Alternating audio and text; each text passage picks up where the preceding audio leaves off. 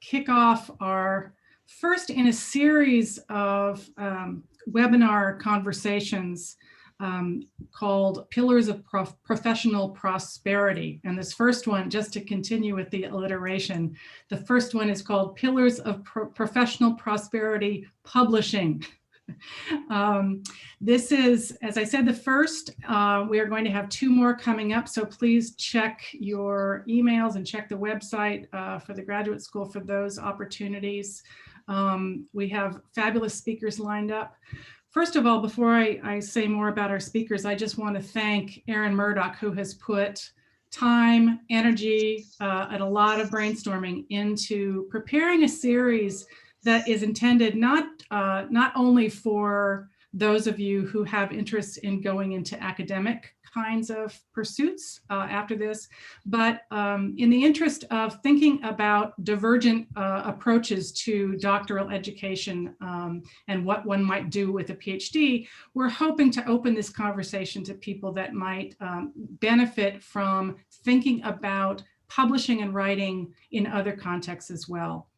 And to do that, I'm very excited to announce that we have 2 wonderful senior faculty with us here today to talk about transferable skills involved with publishing. They are both people who exemplify that understanding of the both and. One can be in academics or have gone through academia, but also do things out in other areas of the world. So they are experts for you to draw from in this. So I'm going to introduce them alphabetically. I don't know how they're going to go about speaking, but as Aaron said, they'll have them talk for about 45 minutes and then we'll open it up for discussion. I'm very pleased to welcome back Holden Thorpe, who is the Rita Levi-Montalcini. I knew I'd get that wrong, Holden. I cannot say all those words. The Rita Levi-Montalcini Distinguished University Professor. He holds appointments in both chemistry and medicine. Holden was also the Provost and Executive Vice Chancellor for Academic Affairs at Washington University in St. Louis from July 2013 until July 2019. In October 2019, Thorpe became the editor-in-chief of the Science family of journals. The journal Science, as some of you may know, has the largest paid circulation of any peer-reviewed general science journal in the world. The Science family of journals includes Science, Science Translational Medicine, Science Signaling, Science Robotics, Science Immunology, and the open access journal Science Advances. There seems to be a pattern in this. I'll figure it out in a minute. I'm waiting for Science Jazz to come along, Holden, so you can talk some about that. So we've got that on our list. Okay. only since I showed up, but yeah. Okay. Our other distinguished guest today is William B. Tolman, who is the Associate Dean of Research and the William Greenleaf Elliott Professor of Chemistry and the Editor-in-Chief of Inorganic Chemistry. His work focuses on using inorganic, biological, and polymer chemistry to address important problems related to human health and the environment. The current research in his group emphasizes the use of synthetic chemistry to unravel how copper-containing enzymes function and developing new ways to prepare biorenewable and sustainable polymers. His team has published more than 200 papers in peer-reviewed journals, and he is a fellow of both the American Chemical Society and the American Association for the Advancement of Science. Before coming to Washington University in 2018, he spent 27 years at the University of Minnesota, where he was the Distinguished McKnight University Professor and Chair of the Department of Chemistry from 2009 to 2017. With that said, I am turning things over to this august pair of colleagues and friends. So thank you very much for being here. Well, I guess I'll start. Thank you very much, Lori, and thank you, Aaron, for organizing and all the hard work you did putting this together. And thank you, Holden, for joining this. This is going to be a lot of fun, I think. Holden and I have known each other for quite a few years. We've interacted professionally in a number of different ways, and I think it's a real joy to be able to spend some time with him to talk about something that we both love and think a lot about, and that's publishing. And so I'm going to start with a little bit of a presentation. And so I'm going to share my screen here. Let me do that. And let's see, there we go. Okay, I hope that's visible with everybody. Thumbs up, Holden, is thumbs down. Does it look all right? All right, good. What I'm going to do to begin our discussion is give a little bit of a personal perspective on sort of two aspects. One is the overview of the process by which manuscripts are handled at journals. And I'm going to also talk about some advice on writing and submissions and interacting with editors as well.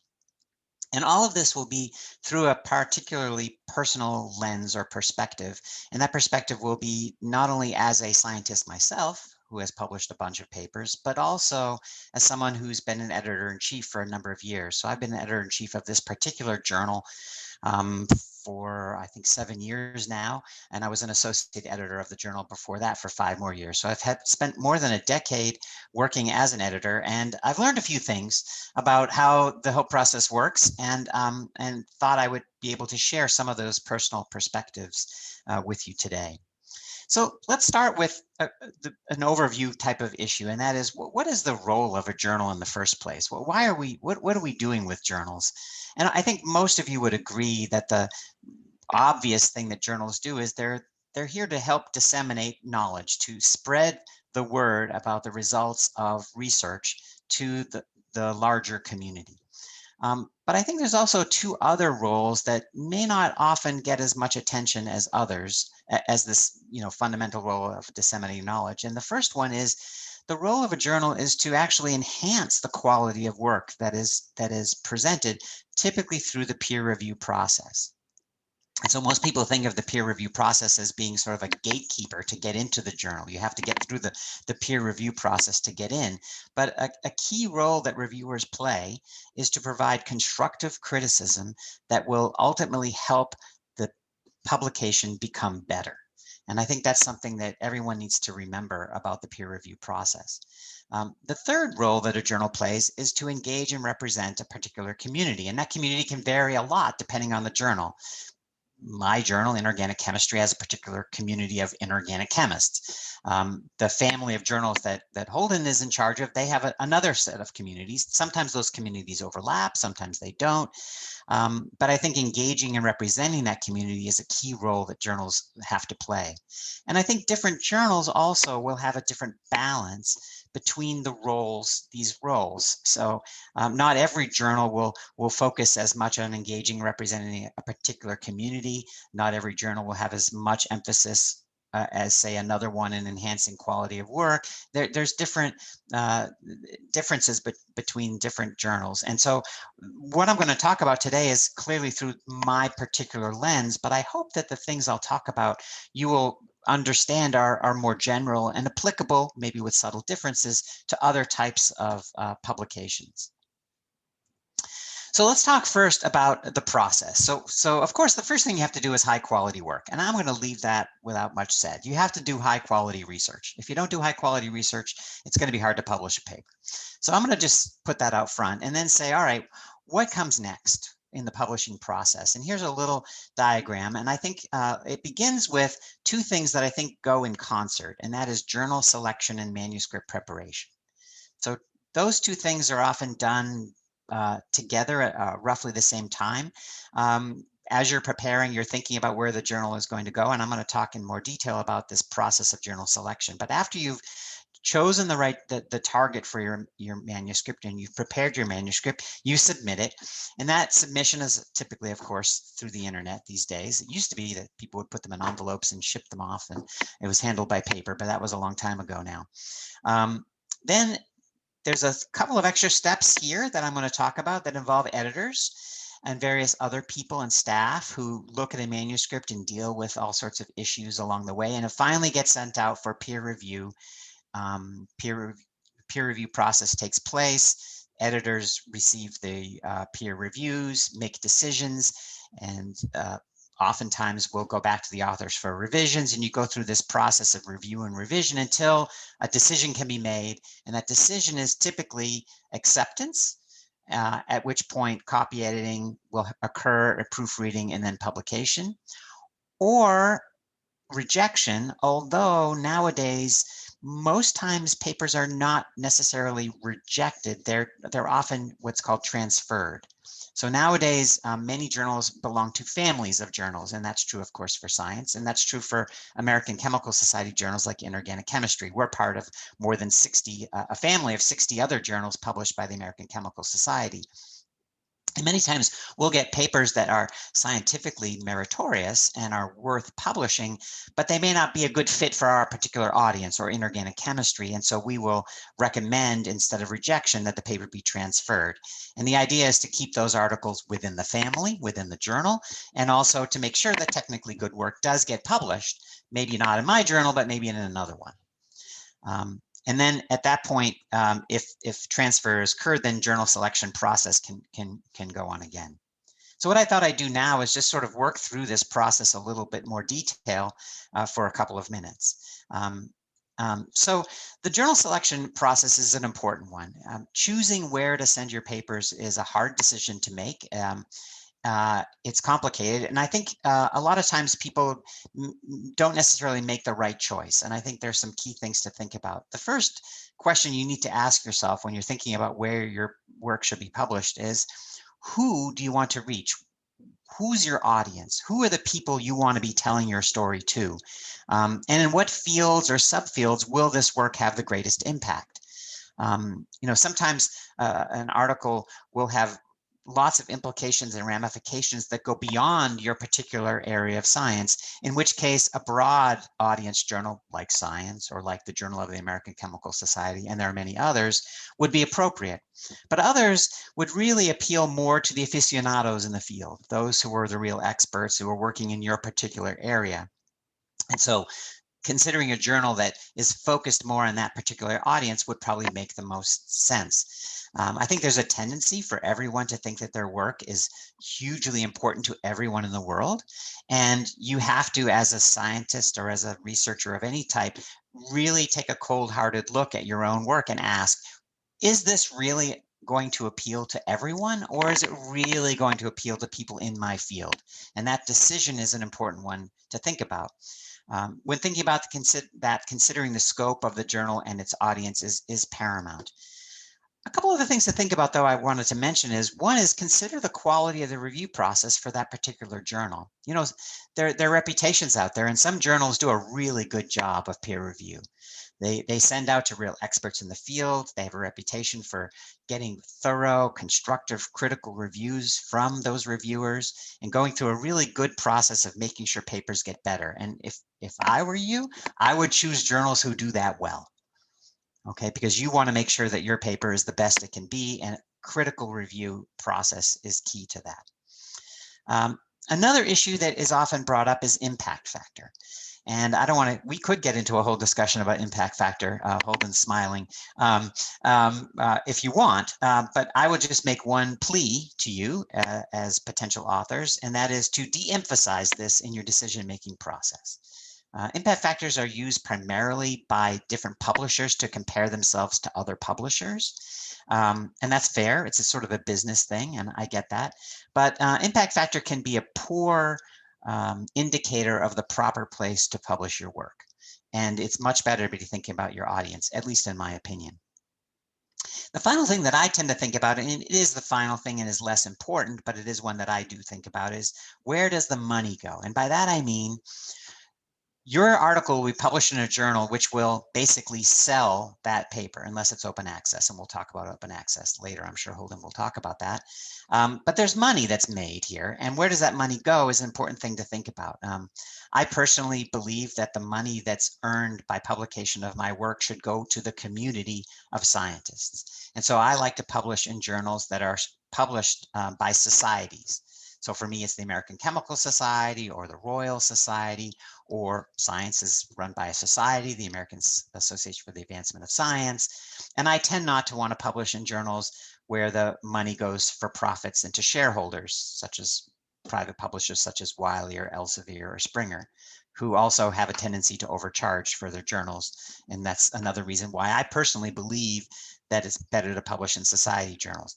Not everyone agrees with me. I think it's something that you should think about. You should think about where the money goes. And that's a moral decision in a lot of ways that I think is important to consider. Okay, so that's the journal selection process.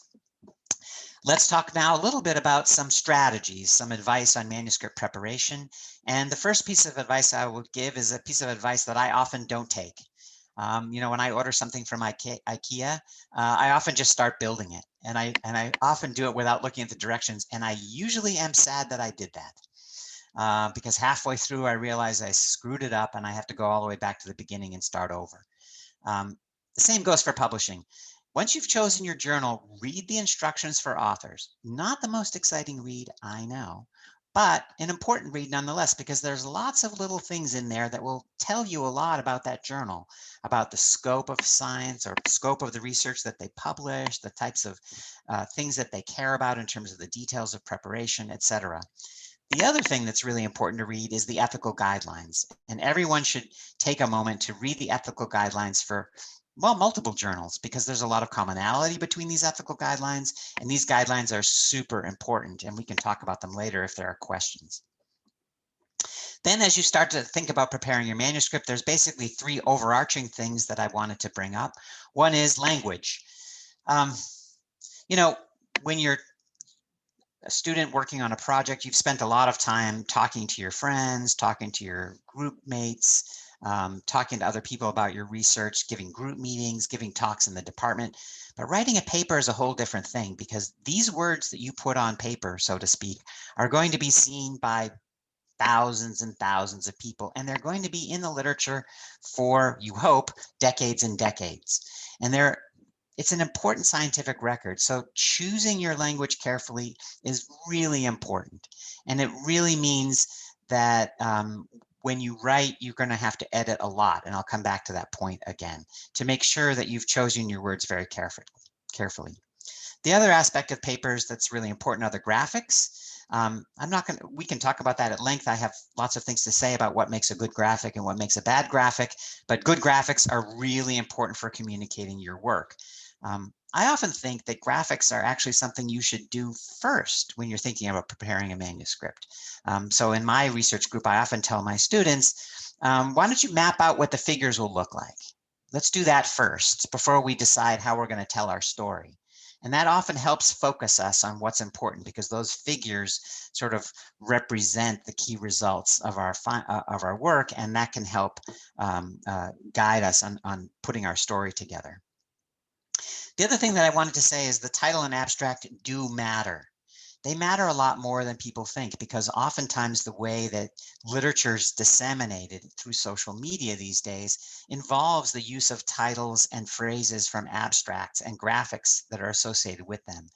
So being really thoughtful about your title is really important. And oftentimes it's something you should also do very early in preparing your manuscript. The abstract I do last, but the title, that gets at the essence of your story. And a good title should be something that will stand on its own as a tweet. And so that's really important to be thinking about that when you're constructing that. The other thing I would also recommend is that you watch out for hyperbole.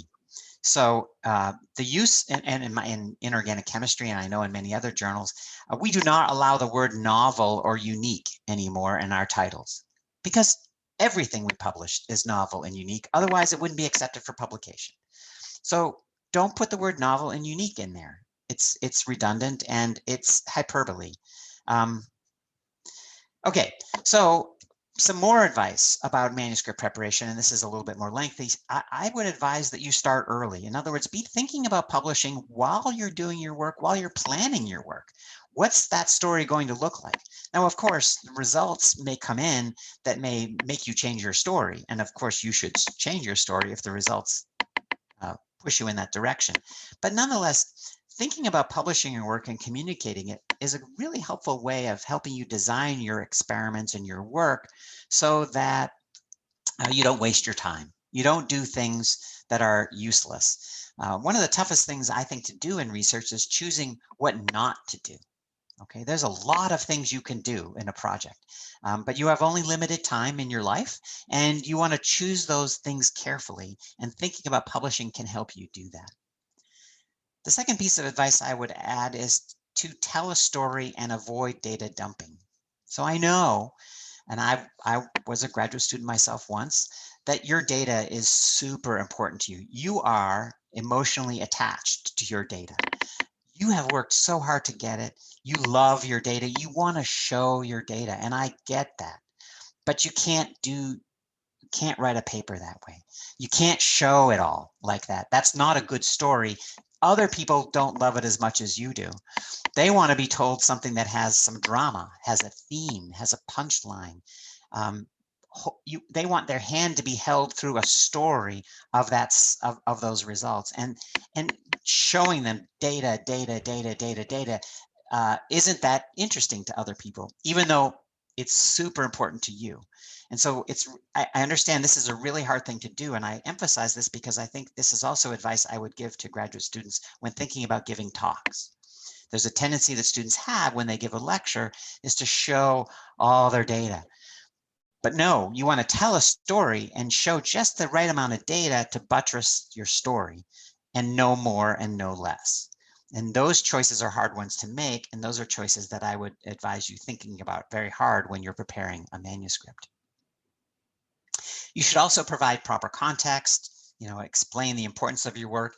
And, it's important in a paper when you're writing it to explain the goals of your work, what you were trying to do, what your hypothesis was at the outset, so that you can show how you've made progress toward that.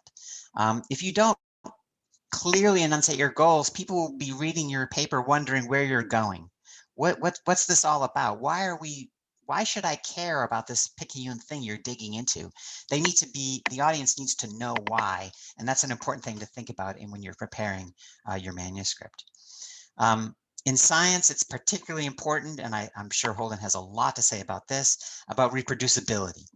You need to provide sufficient details either in the paper itself or in the supporting information for a reasonably trained person to be able to repeat the work exactly the way you did it.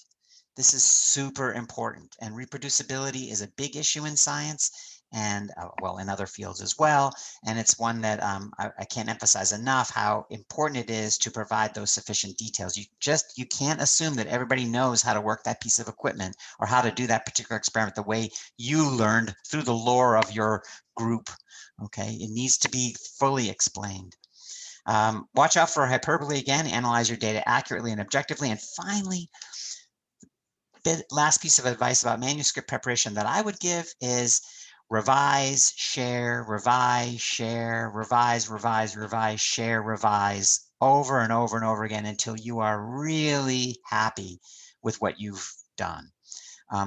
In my laboratory and in my group, our papers often go through 40 or 50 revisions prior to submission for publication. And papers that don't go through that don't do as well. It's just flat out true. So you need to be, recognize that part of the process, while it can be frustrating, and while you may go through arguments over particular phrases and particular figures that may drive you nuts, trust me, it's so important to do that. It's part of the process. It's what makes your publication great. So you've gone through all of that. You've written your paper. Now it's important to submit it. A couple of comments I'd like to make that will be relatively quick. One is the cover letter that goes with submission of your paper is actually more important than you think. Not because we editors like to read cover letters that blather on about how you're submitting a paper. What we need to see in that cover letter is a justification, a rationale. Why does that paper belong in our journal?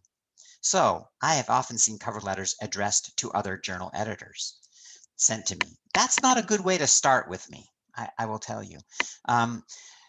Cover letters that provide a justification are more likely than not to convince me that, oh yeah, actually, that's something that belongs with us. I'm going to do the next step and send it out to our associate editor and get this going. A good rationale, and it shouldn't be super long, a couple sentences max, but if you can provide a clear justification, that's going to go a long way to helping your paper go through the process. Reviewer suggestions are super important. They're really helpful to us because they also, not only do they give us suggestions for people we might want to ask to be reviewers, but they tell us who it is in the community you think most appreciates your work. It's a guide to us. If I see this set of names that you've suggested, I know other names, but it gives me a sense of, oh, I see those are the kinds of people who do that kind of work that would fit in my, and it's helpful to the editor. I have one piece of advice here about reviewer suggestions, and that would be really good people in your field who are going to provide really constructive criticism. Don't pick your buddies. Because more often than not, we editors know who your buddies are, or we can find out. And so we want to find really good reviewers who are going to provide detailed, constructive critiques that is going to make your work better. Slow down at the submission point. Make sure you send the right files. There's nothing more embarrassing than sending, version 20 of a paper that went through 40 revisions with all the comments all over it in for publication and having an editor look at that. You don't want to do that. So take your time, slow down, make sure all the right files are submitted, push the button, and then all sorts of stuff happens. And that's what I'm going to talk about next. So you push the button. At Inorganic Chemistry, the first thing that happens, it goes to Serbia. I don't know if you knew that, but most ACS publications, the initial submission goes to a team of staff members and an organization in Serbia who are outstanding, and they go through a checklist to make sure all the things that the author guidelines tell you to be there have to be there or in the paper. So in my field, it would be, the X-ray crystal structure files there, all the figures labeled correctly in order, are there titles in the references, and stuff like that. All the things that are required in the author guidelines are screened initially in Serbia. If you submit from the United States, this is actually a really nice system, because if you submit it on a Wednesday afternoon, Thursday morning, the Serbians get to it, they get the comments back to my office on Thursday morning. So Thursday morning, I get the paper. So the next day, it's gone through a whole screening. If it's all past the screening, it comes to my office. At that point, there's an additional screening of some other things that happen in our office, and then it goes to me. And I see the paper, and I have to make a decision about what to do with it. We have a policy in Inorganic Chemistry, and I think this is a policy at many journals. Maybe this is something Holden can also talk about, that at least 2 pairs of eyes have to see a paper before we make any decision about whether or not it belongs with us or not. Because no one of us has the appropriate expertise to really make that decision for any particular paper. And so if I think that a paper doesn't really fit the scope of my journal, I will still assign it to an associate editor, but I'll write a note and say, this seems to be a little bit outside of scope for us because it's a little too, I don't know, biological or whatever, something, to take a close look. And then the associate editor will be the second pair of eyes that will look at it and then make a decision. We have a team of associate editors that are global in scope. We have 14 of them for my journal in the United States, in Europe, in Germany, and Italy, in Hong Kong and Japan, as well as in India. So it's a very wide-ranging group of editors with wide-ranging expertise. And at that point, it is their job to then do the important thing of either suggesting transfer to another journal, or more likely than not, sending it out for review. And then it's in the associate editor's hands, and I hopefully don't ever see it again until it's published. Although sometimes things go awry, and that's my job. I'm going to stop here with one final slide, and that is meant to be a little bit humorous, but it's based on the Kubler-Ross 5 stages of grieving. And these are the 5 stages of rejection. And I want to say this because we all get rejected from journals. Holden and I both have been scientists for a long time, and we've all been through this. And let's be brief, it sucks to be rejected. You feel it. You've put all this work and effort into the work, and to have it rejected is just, it can be very devastating. And I want you to understand that we editors who edit for journals, who are scientists ourselves, and Holden will talk about that as well, we know what that's like. We understand these stages, and they're normal. They're normal stages. The important thing I want to get across, however, is that how you behave and how you act as a result of going through these stages is critically important. Okay, so yes, you'll go through denial, you'll go through anger. At that stage, stage number 2, do not send an email. Do not. You might write one. Do not hit the send button. Please, I beg of you, do not. It will not help your cause.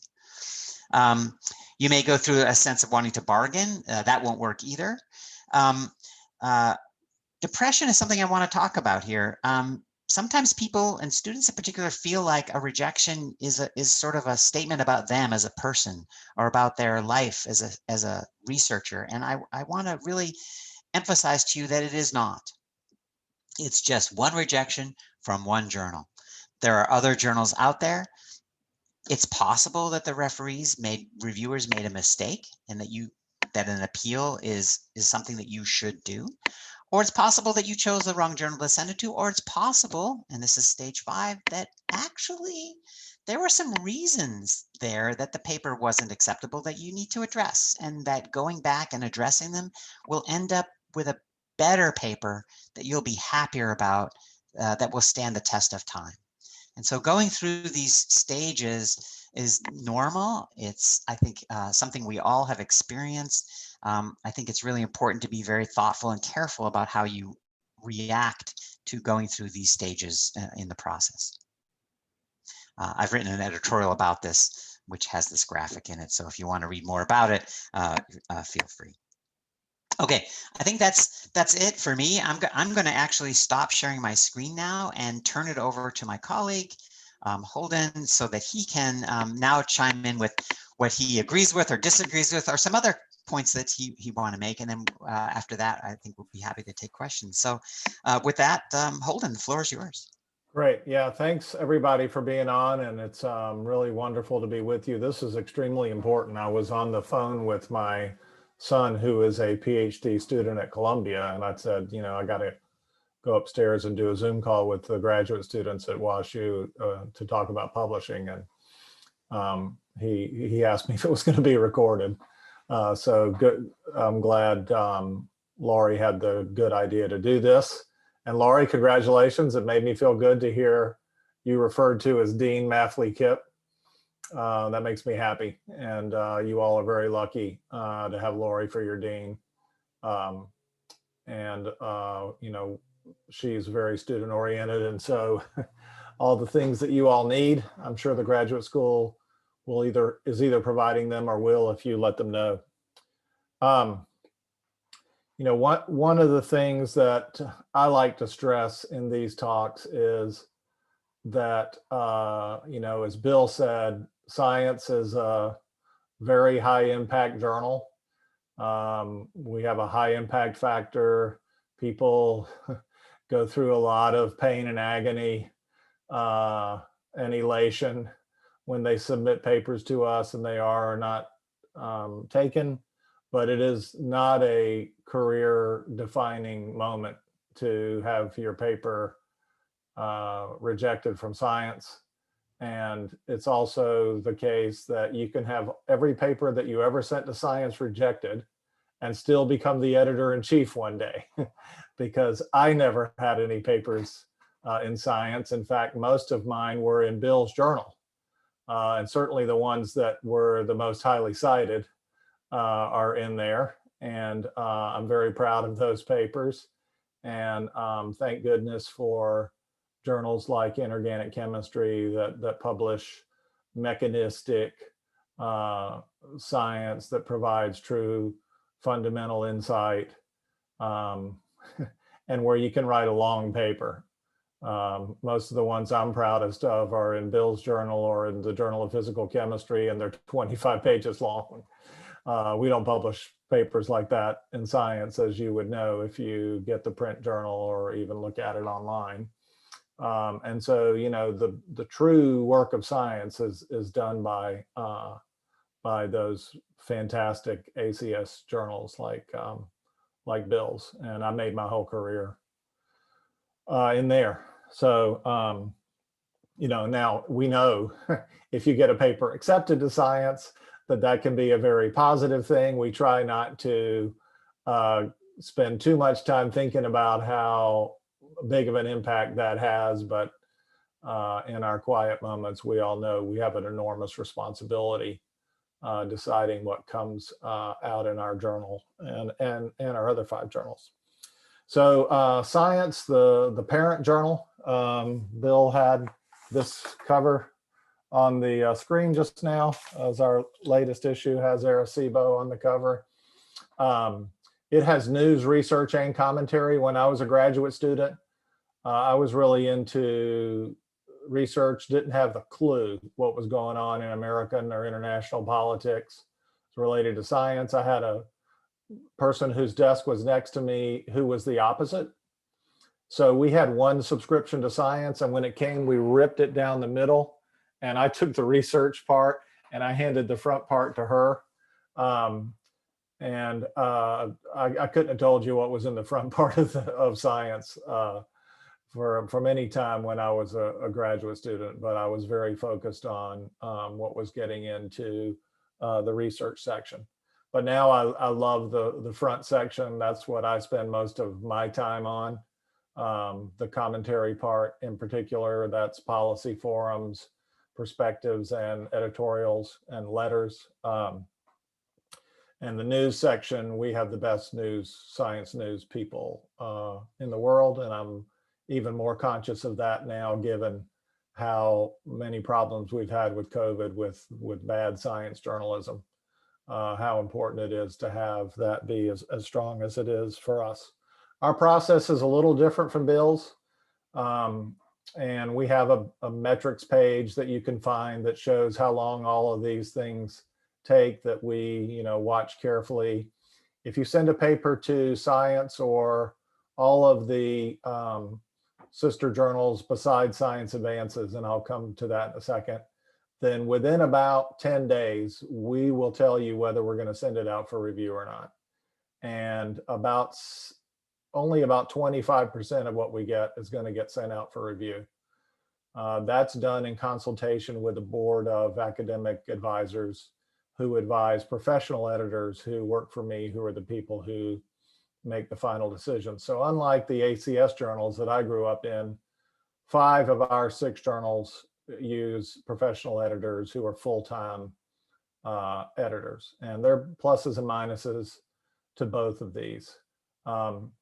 For Science Advances, which is our gold open access journal, that is where you pay us $4,500 to make the article free without a paywall.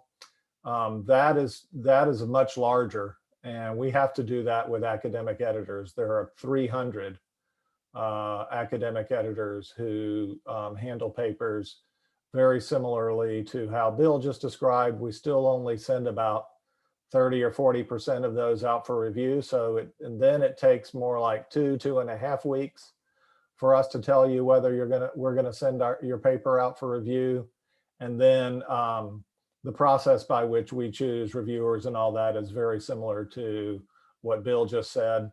My other big piece of advice would be, think very carefully if you're going to tell us not to send a paper to somebody. That's probably who we're going to send it to. So don't do that. If you tell us not to send a paper to somebody, that means that we need to know what that person thinks. We may decide after we get their review to ignore it, but we want to get the best information that we can get. So if you tell us not to send a paper to somebody, we're almost certainly going to send it to that person. Keep that in mind when you're doing your cover letter. Another important thing that we do, as Bill said, is maintain the data that go up with the paper. When I started out, you just sent the X-ray crystal structure coordinates and supporting information. Everything else was in the paper. Now there's as you all know much better than I do, because I took a break, as Laurie said, and did administration for a while before I came back to this. Just so much information. And we're always looking for new ways to deposit code or proprietary data, or because we're all striving to this world where everything that you need to repeat what's in the paper is there. So we try to do that, and then we process a lot of information that comes to us after papers are published. A lot of people think, because it's such a high profile event to have a science paper, there are a lot of people who disagree with our decision to publish it. And so we can hear from all kinds of people, and we spend a lot of time trying to filter through all the information that we get.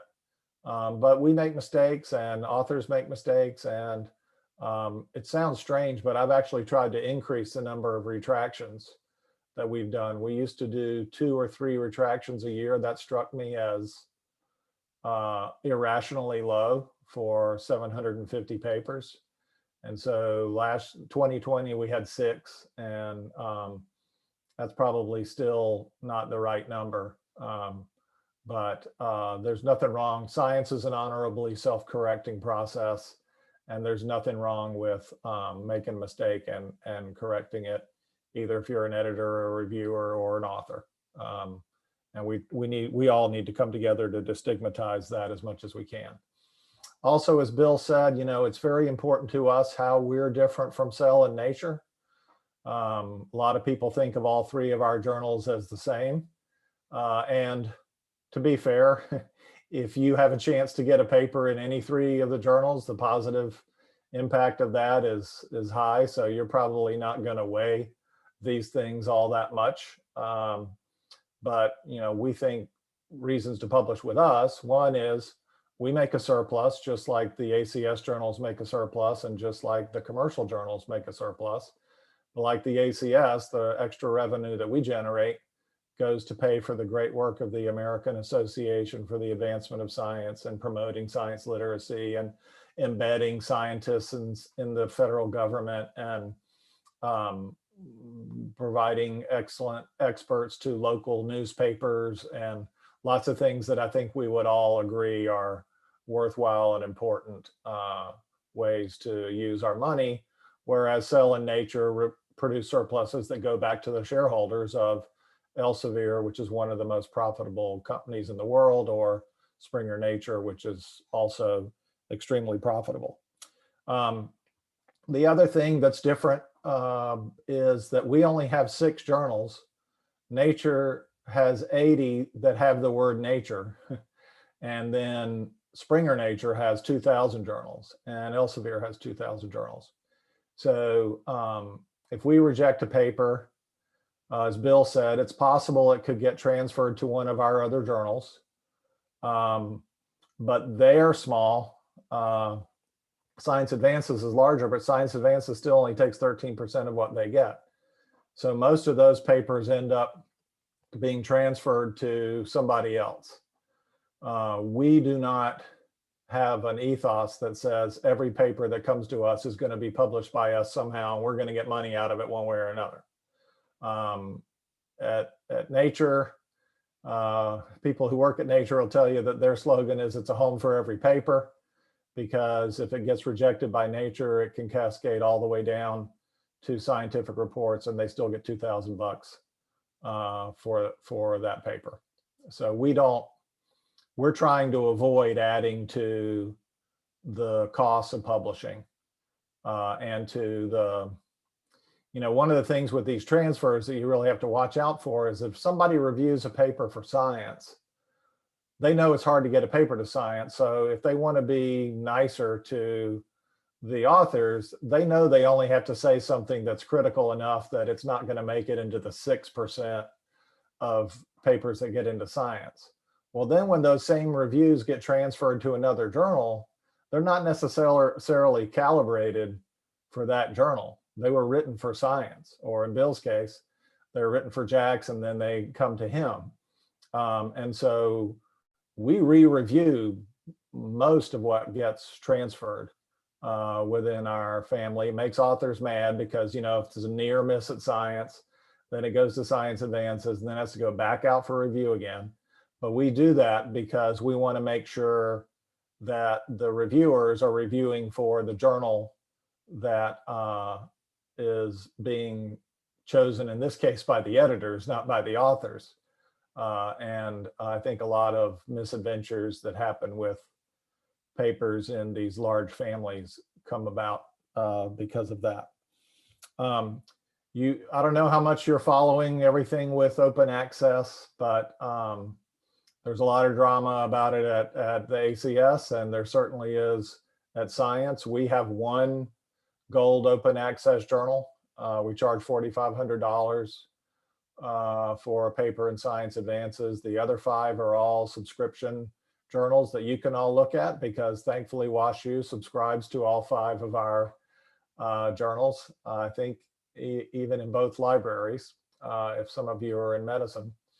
So we actually get twice as much money from WashU. So we like that there's 2 libraries. But there's some people who think that subscription paywall journal is not the most egalitarian thing. I happen to believe the opposite, because I don't give you a bill if you publish in Science, and Bill doesn't give you a bill if you publish in inorganic chemistry. Whereas now Nature and Cell have decided that if you want to publish open access in their journals and they're going to go full on gold, they're going to charge you $12,000, which is the price of a pretty decent used car. So do you want to buy a car or publish your paper? That's a decision nobody should be forced to make. So we allow preprints as liberally as you want to do them. We love them. You know, it's no secret where papers are going to go in when they're a preprint, because we all have different styles for the references. And so you can look on any preprint and see where it's submitted. But we still think that it's a good thing to have preprints out there. And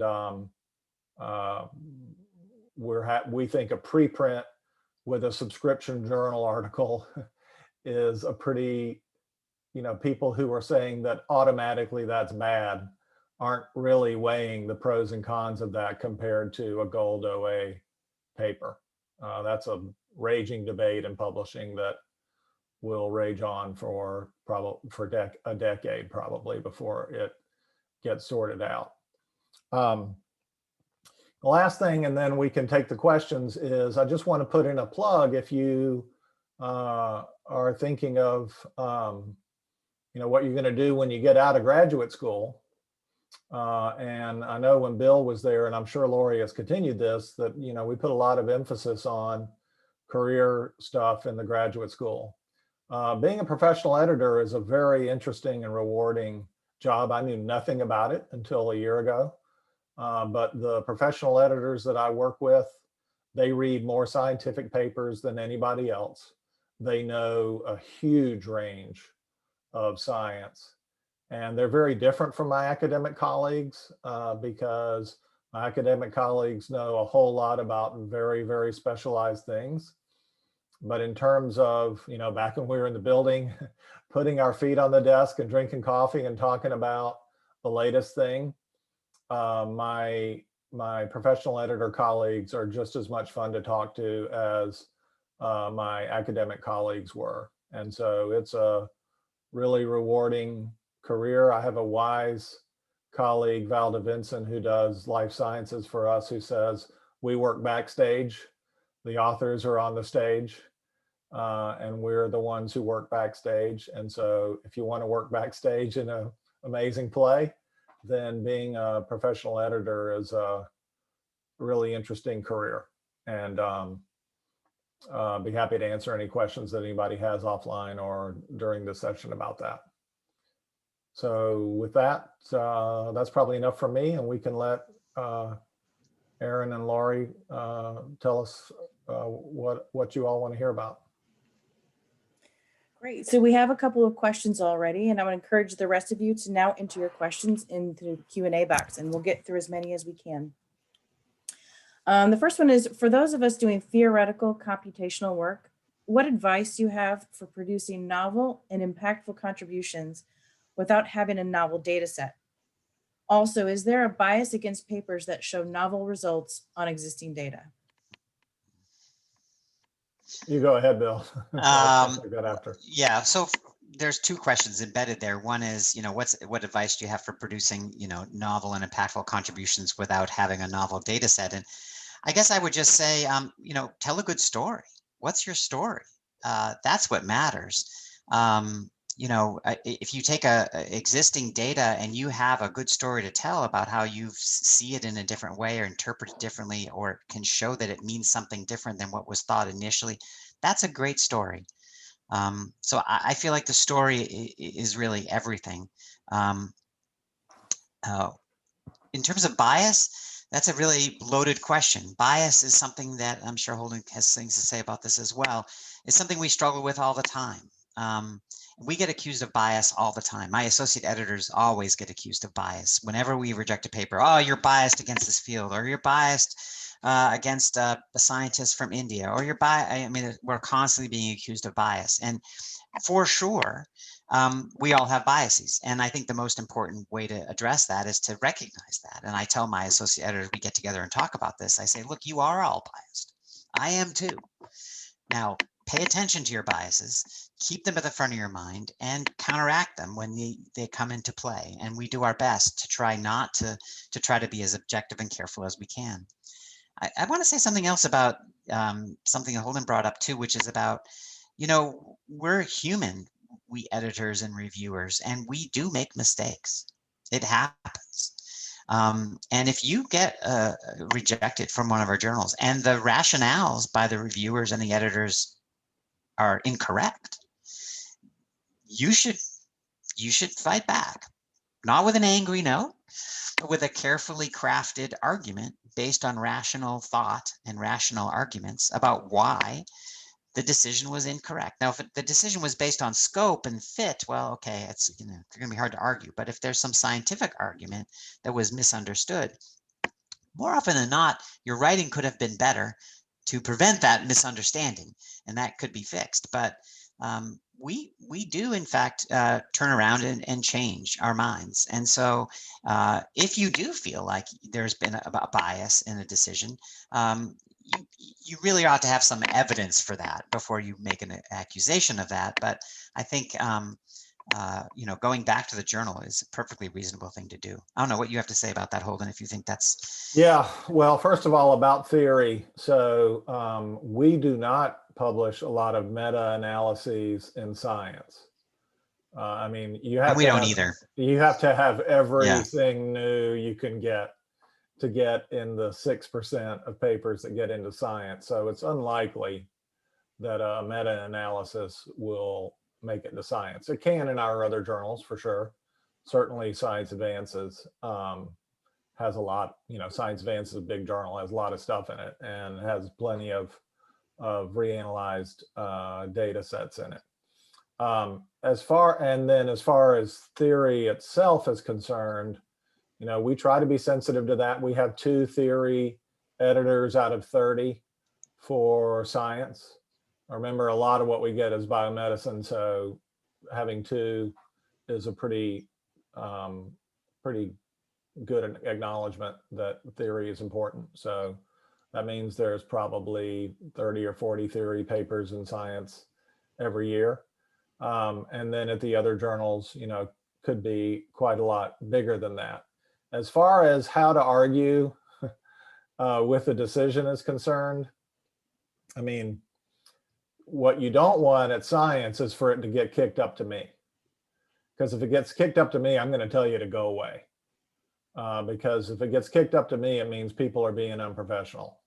And we don't put up with that. And I've told Nobel laureates already, and every one of my predecessors has, to go away if they're being unprofessional with my colleagues. There's a lot. The thing that gets me down the most probably is that there are a lot of academics who look down on my colleagues who are professional editors. And if they bring that to me, they're not going to be very successful. They aren't very successful. So, my first piece of advice is there's nothing wrong with writing back and saying, I don't fully understand this. I want to understand where you're coming from. And we do re-examine quite a lot of stuff. But if it's unprofessional, then, that's not good, because it also means, for a journal like ours that desk rejects 75% of what we get, every decision to desk reject is a close decision.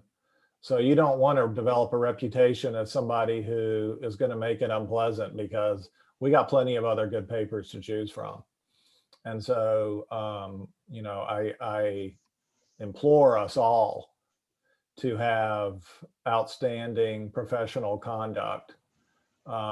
It's not there now. We've got, the majority of our editors are women, and if you're a liberal white man, reading some of these letters is gut wrenching, because there's just sexism dripping all over it. And, that it's going to take us a long time to wring all of that out of science. But boy, you have a job like mine, you see it in gory detail. So, but I think there are points to be had by being one of the people who asks questions and re-engages and does it in a very constructive manner. And that's certainly the culture that we're trying to promote. And so there's nothing wrong with pointing out, mistakes that reviewers might have made or that an editor might have made. We're all churning through long lists in our queues and these various apps that we use to manage all this stuff, and decisions are being made pretty quickly. So there's nothing wrong with writing back in and asking more questions. But, starting off with, I know this paper didn't get in because it's a theory paper and you guys don't like theory papers, or because it's a liquid phase separation in biology, and we know, you're biased for or against that, which is a really hot topic right now. That's not a good way to start off getting a reasonable read of your concerns. Okay, we'll take the next one, and you answered this, you talked about this a little bit already. Can you comment on eLife's recent transition to only reviewing papers published on preprint servers, and the switch to a publish then review model rather than the current review then publish scheme? Yeah, so those of you on social media know Mike Eisen and I mix it up a lot with each other. We don't agree about a lot of things, but I have a lot of respect for what he's trying to do with eLife. And I hope he would say the same thing about me, that I'm engaged. I think I'm okay with him because he hates the commercial publishers more than he hates us. And, I applaud what eLife is doing. So I don't think it's going to work, but I applaud them trying it. They're going to a system where you have to have a preprint in order to publish your paper. And then those preprints are basically reviewed publicly. And then the ones that review well are processed by the journal. I don't think it's going to work for several reasons. One is there are all kinds of reasons why people might not want to have a preprint. For example, a lot of things in COVID that have turned out that have been controversial, you probably would want to, it's sad, but the list of most tweeted papers is about to come out, and number 3 in the whole year is a New England Journal paper about hydroxychloroquine that was retracted. So, in the middle of COVID, while I think it's been good that there have been a lot of preprints in COVID, if you had something that was really hot politically, you might not want to post a preprint about that. And so, we leave that decision up to the author. We're in general very happy for people to post a preprint, but we couldn't imagine insisting on that. The other thing is the public reviews. I worry a lot about that because I think you don't want to turn a review into a performance. And so we're going to cling to our private reviews probably longer than anybody else. Now, you know, if Mike succeeds and some of the other journals go with the public reviews and it catches on, then of course we'll consider whether we have to respond to that. But like a lot of what I just said, for one thing, if you're a young faculty member and you submit your first paper and it gets trashed by the reviewers, you want a compassionate review editor to write back to you and give you some good advice. And that all doesn't need to happen in broad daylight, in my view. The argument, you know, that Mike would make if he's here is, yeah, but you're, you know, creating all this private information, and that's not good for accelerating science. So this is an interesting debate that will play out. But I certainly don't take anything away from eLife trying this, and you know, they're one of my competitors. So we watch what they do carefully, and you know, we talk to them a lot about the things that they're thinking.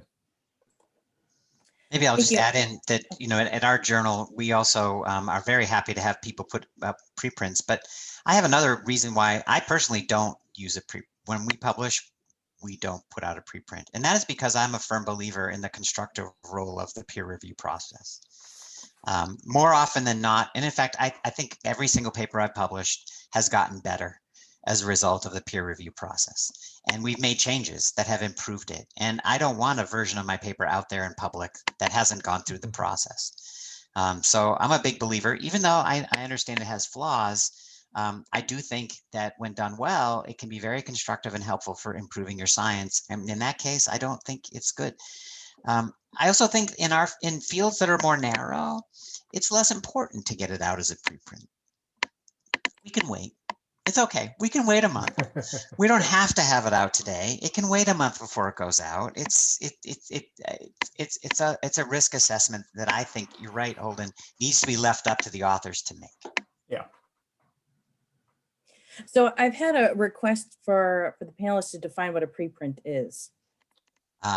So that's a paper that's sent to well, there's different publishers and ways it can be done, but sent to a place that just publishes it after making sure it you know, can be made into a PDF. Basically, there's no review of it. It just gets posted publicly on a website. Yeah, and that's usually on bioRxiv or medRxiv or chemRxiv. chemRxiv, yeah. Yeah, it all started in astronomy. So every astronomy paper for 30 years has gone up on a server that's just called arXiv. And in astronomy, this is the normal process. And in different fields, it's accepted to varying degrees. Okay, great. The next two questions are similar, so I'm just going to combine them into one. How does one become a regular reviewer for a journal or an editor?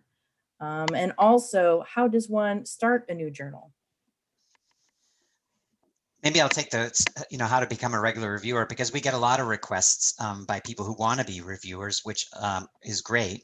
As a result of this, the ACS has put together a reviewer training process. It's quite good, actually. And it's a program that you go through online. It takes you a couple hours and you learn a whole bunch of stuff about what makes a good review and how to do it right, and you get a certificate. And then I get emails, people write, and to be honest, I think the best way to become a reviewer is to publish, because as soon as you publish a paper, you're in our database. You're on my list. You're on a list, and we're going to start going to you. So publishing papers gets you listed. As you move into an independent career, either industrially or in a government lab or academia or whatever, as a scientist, and you start publishing independently, that sort of rises you up on the list and you get known, and then gradually you become more and more known as a reviewer, and before long you get more reviewer requests than you want. And becoming an editor, becoming an associate editor at an ACS journal, and there are over 600 of them, that is typically editors-in-chief who select associate editors. And we do it just by looking around and seeing who's publishing in an area, who's involved with the journal in a constructive way, who reviews well for us. So people who are engaged with the journal by reviewing, authoring, those are people who rise to the top of our minds when we're starting to think about editors. And we also look carefully at diversity issues in all its elements. So geographic, gender, perspectives, where they come from, background, trying to get as diverse a group of people together as we can, because we know that diversity in our editorial boards is really critical for running a good journal. You need to have diverse perspectives. And this is also an issue that we often take into consideration. Now, I'm sure it's done differently science because you have professional editors who you hire, so it's a little bit different process. All of the editors in ACS journals are practicing scientists, and so we don't hire them the same way. Yeah, so for our journals that have academic editors, it's exactly the same as what Bill laid out. As far as becoming a reviewer is concerned, the other thing that we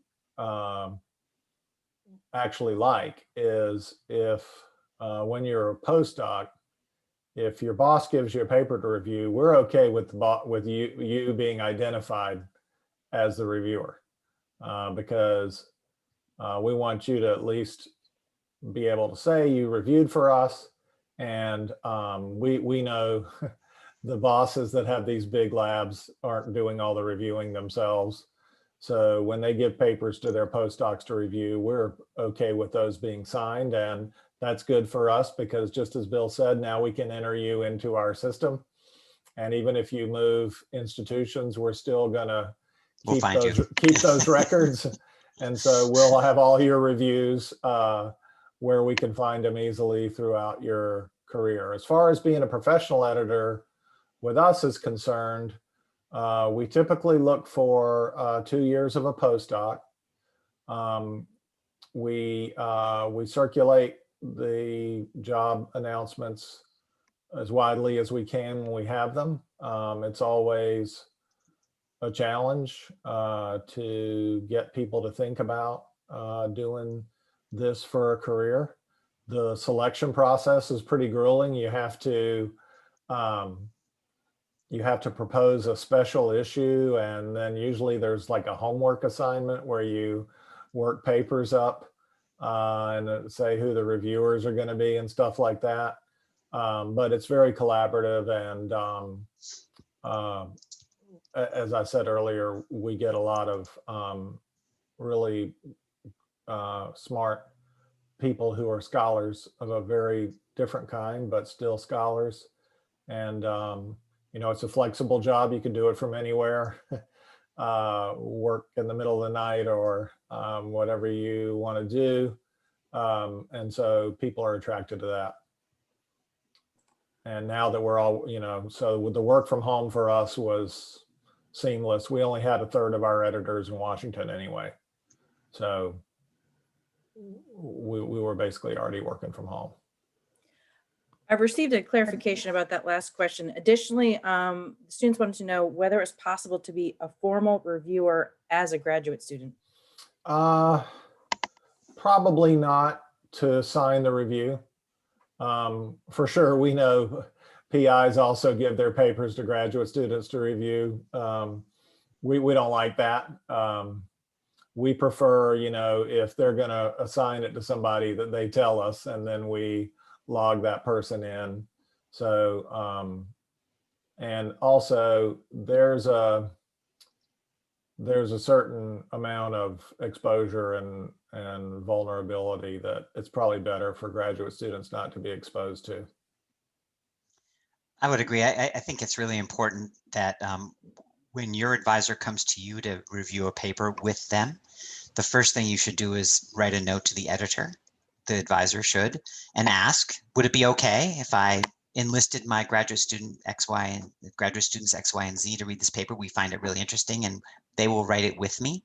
As an editor, I will go, yes, please. Thank you for telling me. And then when I get the review, I will know that it was a group of people in a group who did it. And to be honest, those reviews are often outstanding because the advisor has actually worked with a team. So there's different perspectives brought to bear on it. There's lots of technical details and oversight. It can be really outstanding experience for a graduate student as an educational experience. And I think for graduate students, learning with an advisor how to write a good review is an important part of your graduate experience. And so if you haven't done that with your advisor yet, you should ask them to do that with you if you do it properly. Yeah, perfect. Our next question, both presenters operate or have operated within very distinct roles as faculty, as an academic administration, and as editors. In what ways have your perspectives changed about publishing through those career transitions? Also, what transferable skills do you use across those roles, and in what ways have they been unique? Well, so the transferal from being a faculty member with a lab to being an editor of a journal is pretty clear cut. I mean, it's, you know, because you've been on both sides of the process, so you know what's going on with the PIs and who are submitting the papers and writing the reviews and stuff. Science has always had the tradition for the editors in chief to get people who have had significant administrative responsibility in universities. I'm not sure exactly how it got started, but Don Kennedy, who was the president of Stanford, and Bruce Alberts, who ran the National Academies, and Marcia McNutt, who ran the USGS, and then Jeremy Berg, who ran NIGMS. All of us have had responsibilities that are beyond being a faculty member. For me, there's a couple things that I learned when I was a provost and a chancellor that really help me now. One is when there are concerns raised about a paper, and particularly the really, really sticky ones where lawyers get involved and all that, I know exactly what's going on at the university. I can read right through their letters and know precisely what they're thinking. So that's a good thing. And then the other thing is to really understand how much responsibility we have, because when I was the provost at WashU, if it was this time of year, I still printed them out, there would be a stack of paper on my desk that was about 4 feet tall. That was all the tenure cases that I had to approve. And there's no way in the world that I could have evaluated all that scholarship without the help from the journals. Is it the best system? That, you know, what Bill and I are describing is how research gets selected, and then some provost looks up, you know, whether it's a good journal or not and decides whether to tenure somebody. I don't know, we could debate that, but one thing's for sure, that's the system. And because there's no way in the world that I could have read the 4 feet of paper and made an independent academic judgment as an inorganic chemist about most of what was there. And so the journals are indispensable to the ecosystem. You know, they have baked into them all the biases and discrimination and inequity that academia has baked into it, but at least we know it's there and can try to address it. Maybe I'll add one other comment, and that is, you know, in terms of like moving from role to role as a career progresses, for me, you know, being an editor is really a service. I'm doing this, it's not for me. I'm doing this for the community. I'm doing this for others. And I think as you move from being a professor into roles such that are administrative, those are also really service jobs. You're doing it for the greater good of your university, of your institution. I think there's an analogy there. I think the editorial work is also a service. You're doing it for others. You're trying to help their work be better. You're trying to help them communicate. You're trying to help the careers of other young people. And I think that's something that, you know, you carry with you as you move into these sorts of roles. The other thing I would say is that I've certainly learned how to communicate better as I've grown older. And I'm glad I wasn't an editor when I was just starting out as an assistant professor, because my ability to communicate carefully and to understand that there's always two sides to a story, always. And so that seeing that, I think, is something that's transferable as you move, your career progresses, and I think that's very helpful as an editor. Great. Our next question is, how open are you to fielding papers, ideas, abstracts from authors contacting you prior to submission? I do that a lot. Well, not a lot. I mean, I encourage people to do that because it can be very helpful to save them a lot of time and effort, especially people who are sort of new to the field and don't necessarily understand the scope of our journal. They will write and say, hey, we've got a paper about this. Is this a good fit for you? And I can say right away, oh, no, like we don't do, purely speculative ab initio predictive theory. It has to be grounded in some experiment somehow. And I can tell them right away, we're not going to like that. So maybe you should send it, or give them a suggestion of where else it might go in the ACS portfolio. But I'm happy to do that. Oh, but sometimes it gets abused by people. They're actually asking for me to review their paper, and I won't do that. So because we have a process for that, and we have a process set up for that. And if they want their paper to really be reviewed, submit it and we'll do it.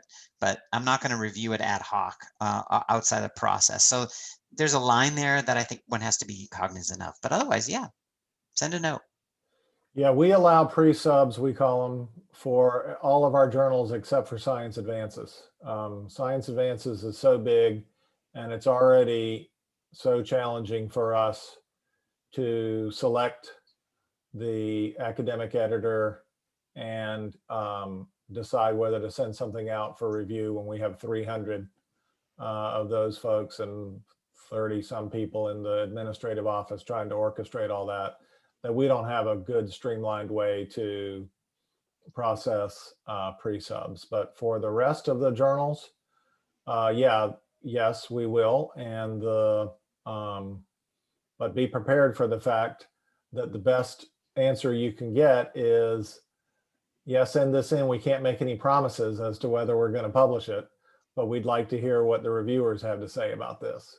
So sometimes people send a pre-sub, we encourage it in, then it doesn't do well. That may make them angrier than if they had sent it in to begin with.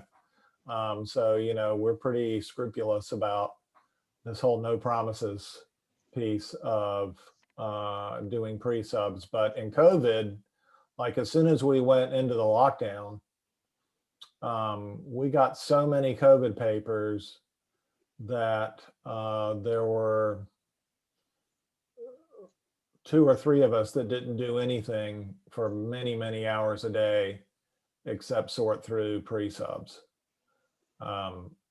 That thankfully was unsustainable. So by the time we got to April, that had already subsided significantly. We've still gotten 7,000 COVID papers.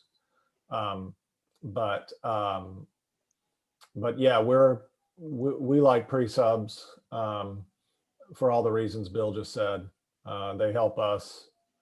If we know it's coming, then we can factor that into our workflow.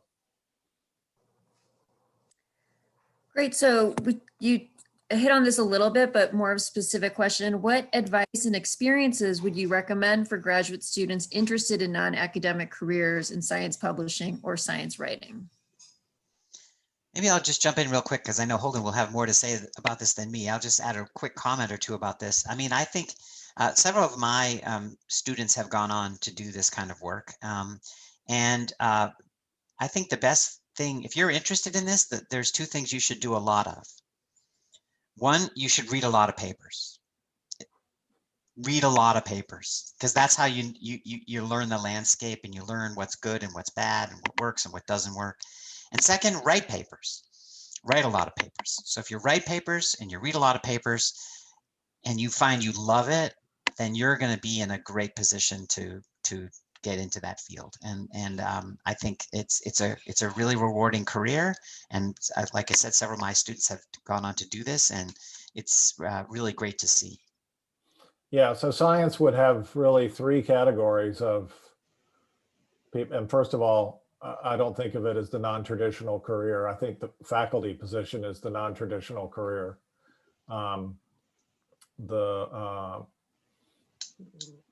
There's lots of important things to do with the PhD, and we shouldn't feel anything positive or negative about any choice that anybody makes when they get done. That's a bias that's in academia that I worked hard when I was administrator to try to remove, but it'll take decades for academia to get over that. And it's unfortunate because, people who go to graduate school should be fulfilled doing whatever they do when they get out. It's a great experience to get a PhD on its own. That's a knowledgeable person for the world. And if it helps you do something interesting and fulfilling in life, then that's good. For the research people, the biggest thing that I see, and I couldn't do it. I mean, I'm the editor-in-chief, so I don't plug away on papers all day long.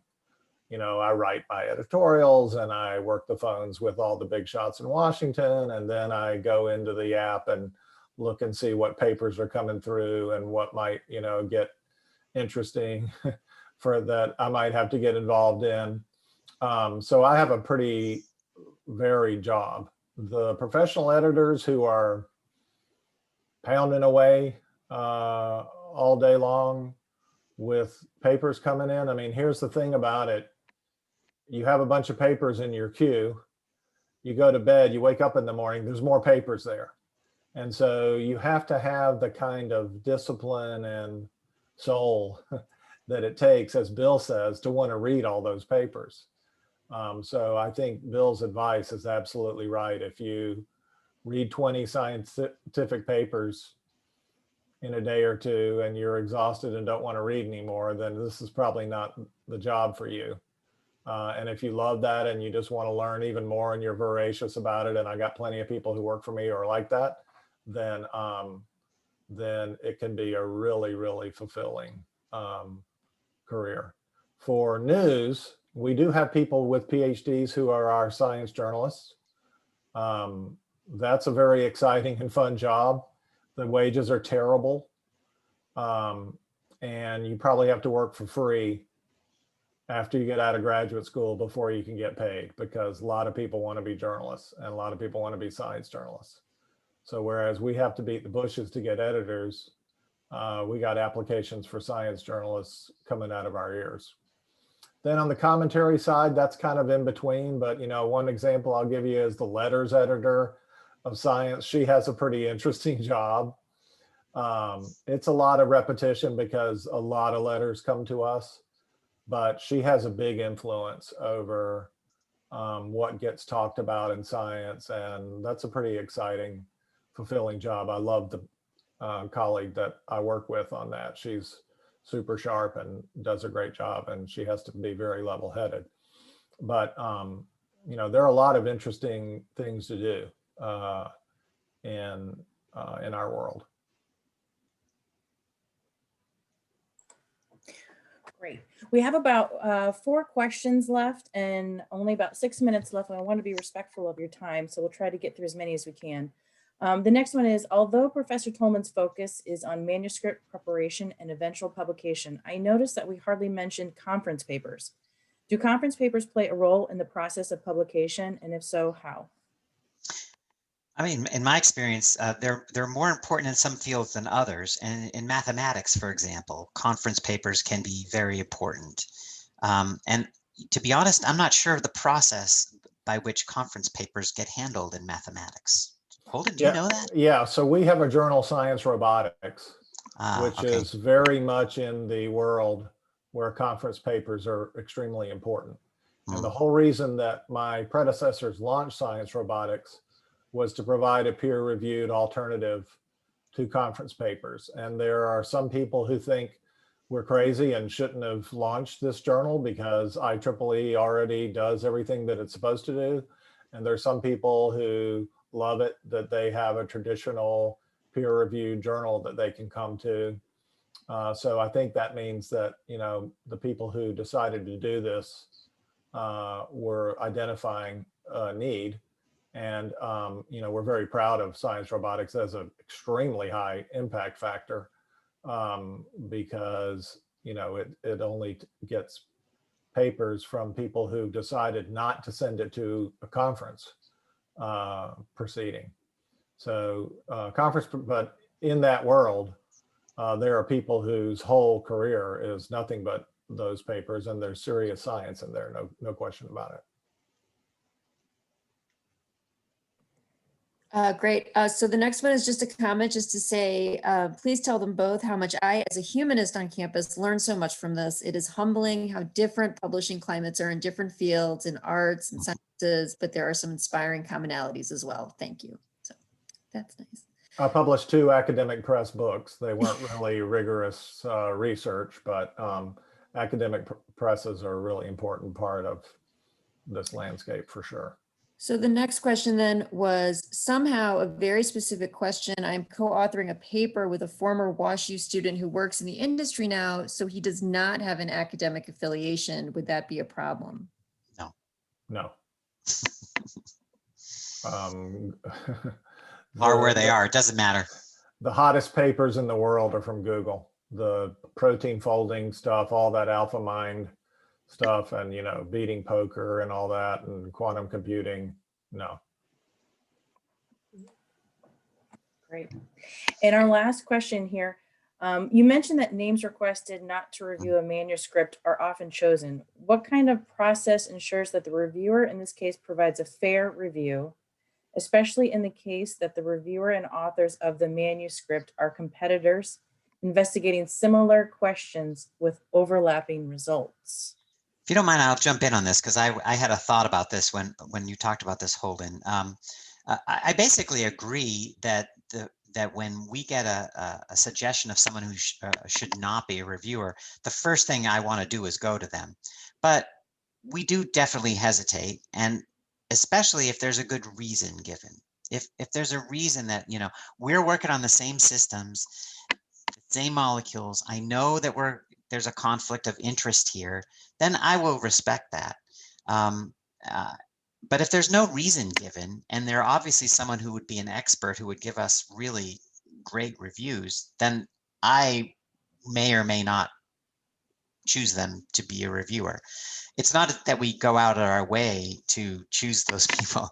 It's just that it's a red flag. And what bothers me more is when we sometimes see submissions where people will give 5 people that they would not have one as a reviewer and 4 that they would want. That is like, are you kidding me? And they're the 5 top people in the field. That has happened recently.